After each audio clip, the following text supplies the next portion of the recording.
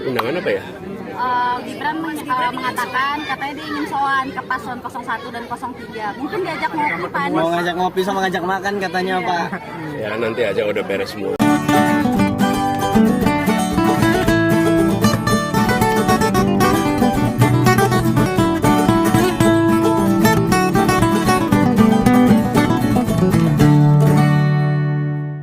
Halo, ketemu lagi dengan Om Begawan. Tetap di Ngompol ya, ngopini politik.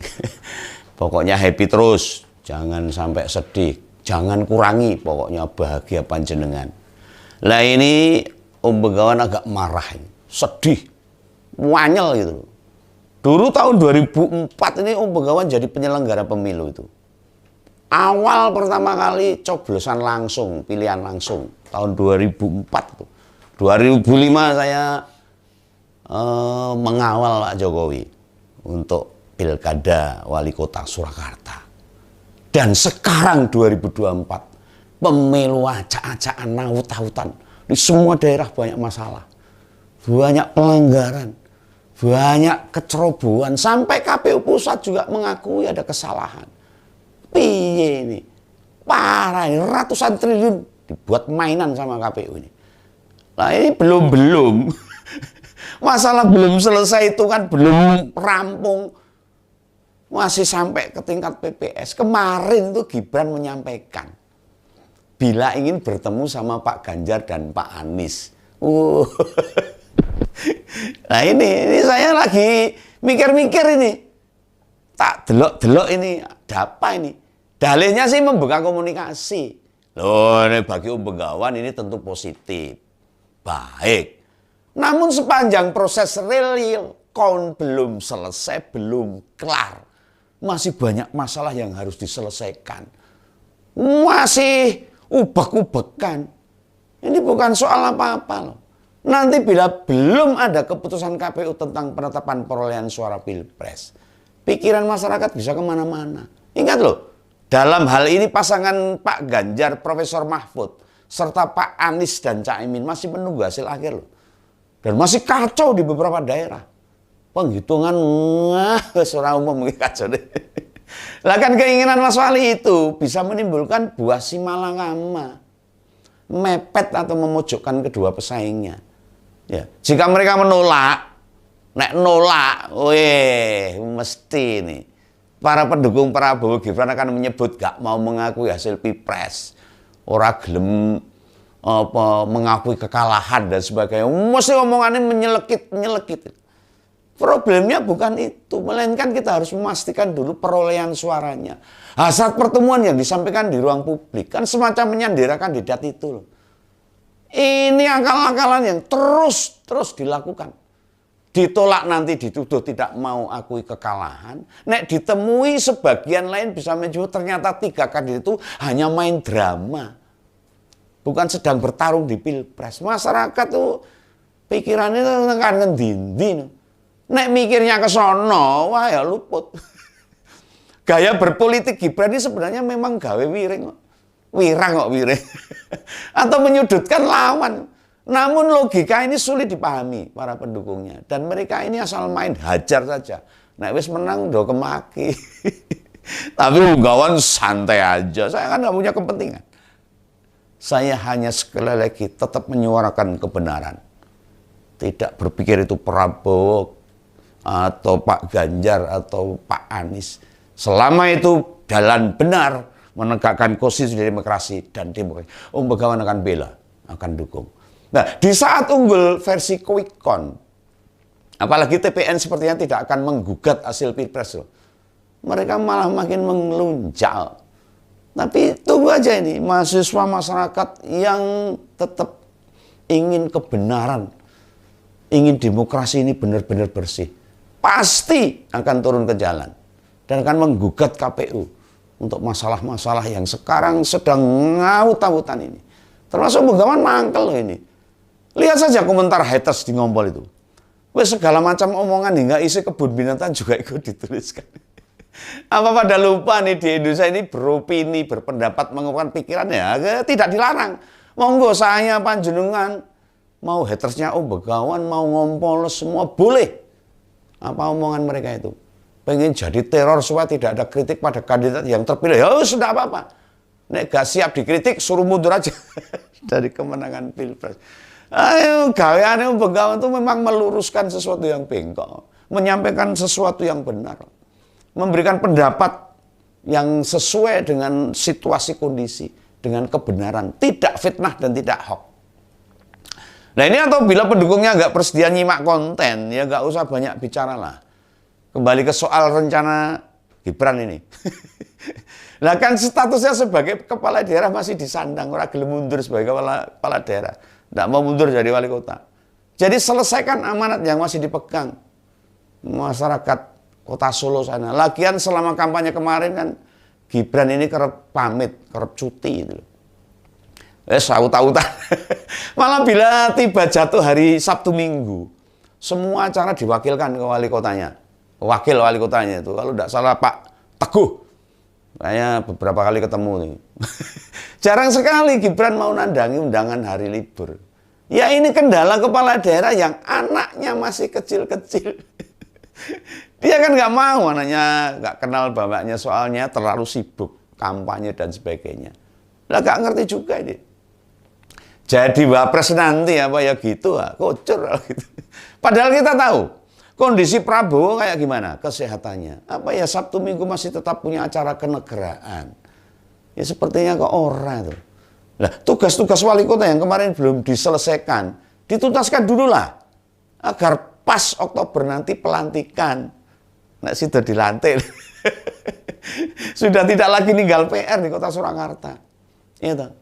Dan Om Begawan mau milang-miling nih siapa penggantinya wali kota Surakarta ini. Yang tidak seperti kemarin. Yang tetap tegak lurus. Dengan konsistensi yang baik. Nah, secara subjektif, Om Begawan menganggap nih, rencana Gibran menemui kedua pesaingnya, pasti ada advice bapaknya. ini pendapat Om Begawan loh. Iya loh.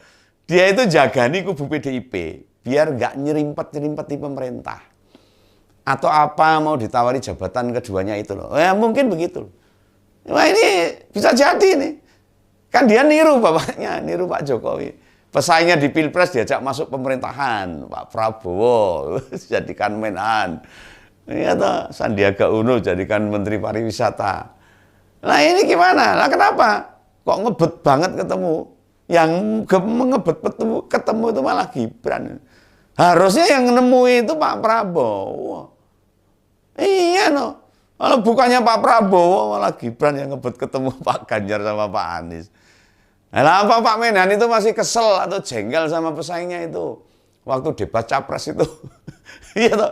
Lah gimana gak kesel? Selama 3 kali bertemu debat Pilpres, posisi Prabowo lebih sering nggak bisa menjawab kok. Iya no. Tapi ya sayangnya masyarakat Indonesia ini mesti milih sing mesake kok. Wis ora peduli kuwi ora iso apa-apa nek mesake dipilih. Kayak kucur ini politik Indonesia ini. Tidak bisa menguraikan pokok pikiran dengan baik, Pak. Pak Prabowo ini saya ngeritik loh ini. Dan ini fakta. Ya mungkin karena kondisi kesehatan, kondisi umur dan sebagainya. Bila sekarang sudah unggul menang, ya tugas menemui keduanya diserahkan ke Gibran. Mungkin gitu. Aku tak turu, saya kesel. Nah, sudah ketok. Pekerjaan-pekerjaan yang nggak strategis bakal diberikan pada wakilnya. Ini mulai ketok ini. Ini menurut opini Om Begawan, pendapat Om Begawan saja. Nah, bisa pula penugasan ini semacam ngetes. Ngetes ini, apakah Gibran mampu menjalankan tugas yang diminta atau memang nggak bisa. Ya bisa jadi Pak Anies sama Pak Ganjar membaca permintaan ketemu Gibran upaya mempolitisasi isu lain. Lah mau bagaimanapun, memang idealnya tidak ada ketemuan dulu. Ngapain? Wape ngawut-ngawutan masalah di mana-mana toh. Nanti usai KPU menetapkan hasil Pilpres dan masalahnya sudah rampung. Wih, ini ngawut-ngawutan loh ini KPU nih. Penghitungan suara orang cetok ini. Ini bisa masyarakat banyak yang marah, banyak yang mengkap-mengkap, apalagi mahasiswa yang punya idealisme. Kaum intelektual akademisi mesti marah kayak gini. Monggo lah. Bila mau ngopi-ngopi bareng silahkan. Om Begawan berharap walaupun keduanya atau ketiganya sedang tidak punya jabatan, ya gak perlu nerima tawaran apapun. 3 orang yang tak maksud itu ya Pak Ganjar, Pak Anies, sama Profesor Mahfud. Mengapa Cak Imin tidak diajak? Kan masih menjalankan tugas pimpinan MPR. Masih menjabat. Tapi kalau Pak Ganjar, Pak Anies, sama Profesor Mahfud kan sudah orang bebas, orang merdeka seperti Begawan ini. Malah ngopi sama Begawan cocok. Ya makanya yang bisa ditarik ya cuma 3 orang itu ngopi-ngopi boleh. Tidak terjadi pemikiran yang lain. Ini sih memang bikin dilema. Yang bakal rugi ya Pak Ganjar maupun Pak Anies kalau mau menemui. Ya ini jadilah oposan. Sebab tidak ada yang salah dengan hal itu. Ayo Pak Ganjar sama Pak Anies jadi oposan. Gibran pasti pusing itu nih. Seandainya belum ketemu hingga jelang pelantikan, wah ngalamat dimarahi oleh capresnya itu. Politik yang sehat itu dinamis, jangan salah. Ada yang menjalankan pemerintahan dan ada oposisi. Ini yang bagus, seimbang, sehat. 9 tahun kepemimpinan Jokowi merusak demokrasi kita. Lawan dirangkul, temen malah ditendang. Yang membesarkan malah dikhianati. Dia narik anaknya buat menggantikan posisinya. Ini kan jelas bukan contoh yang baik, contoh buruk buat masyarakat. Makanya beberapa pihak bilang demokrasi kita sedang tersandera, jadi bahan negosiasi. Malah ada yang nyebut buat mengancam partai politik supaya ngikut kemauan penguasa. Dan Prabowo Gibran diuntungkan dengan pemahaman politik yang nggak tega saya ngomongnya ini. Tidak bersatunya Jokowi sama Pak Ganjar itu di arus utama. Mestinya disorot publik ini. Rakyat menimbang serta menilai demokrasi kita tidak sehat. Dan unggulnya quick count menunjukkan demokrasi tersandera kebijakan politik Jokowi. Makanya di pemerintahan periode depan oposisi mesti dijaga, mesti ada dan besar menjaga keseimbangan pemerintahan. Jangan sampai semua partai mendukung pemerintah, tersisa partai kecil-kecil atau partai yang tidak mampu menyuarakan apalagi bersikap kritis pada kebijakan pemerintah. Usaha-usaha Gibran ini menemui kedua pesaingnya. Silakan direalisasikan usai penetapan hasil Pilpres oleh KPU. Namun lawannya jangan mau masuk kabinet loh. Ini pesan Begawan ini. Jangankan mau masuk kabinet. Jadi sekutu pemerintah saja sebaiknya tidak. Tetap jadi oposisi. Ini bila kita semua menginginkan kualitas demokrasi kita lebih baik di masa datang. Nah, lagi-lagi pandangan Begawan yang begini ini oleh haters disebut tidak mau melihat kenyataan. Mesti gitu. Mengingkari hasil Pilpres. Mesti begitu ngomongnya. Atau tuduhan kecil lainnya. Soal tuduhan Begawan nggak peduli. Orang tak gagas. Justru kasihan sama mereka. Lah pandangan begitu malah merugikan mereka loh. Sebab di negara modern dan bisa maju, oposisinya pasti berkualitas. Kondisi 4 tahun terakhir ini memang membuat pincang pemerintahan Jokowi.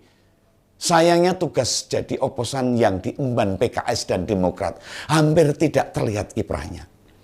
Lah ya mau bagaimanapun, kader-kader 2 partai ini tidak mampu melihat persoalan dengan jeli. Dan saat mengkritik lebih sering ngawur, tanpa data, tanpa dasar. Makanya oposisinya tidak sehat. Kita butuh memunculkan anak-anak muda oposan. Mengarahkan mereka dan membentuk kekuatan baru sebagai penyeimbang pemerintah di masa mendatang.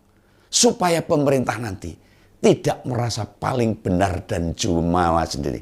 Dan ora ugal-ugalan kalau ada oposisi. Itu pendapat Begawan loh. Oh iya ini. Oke lah, tetap happy. Sampai jumpa di lain kesempatan.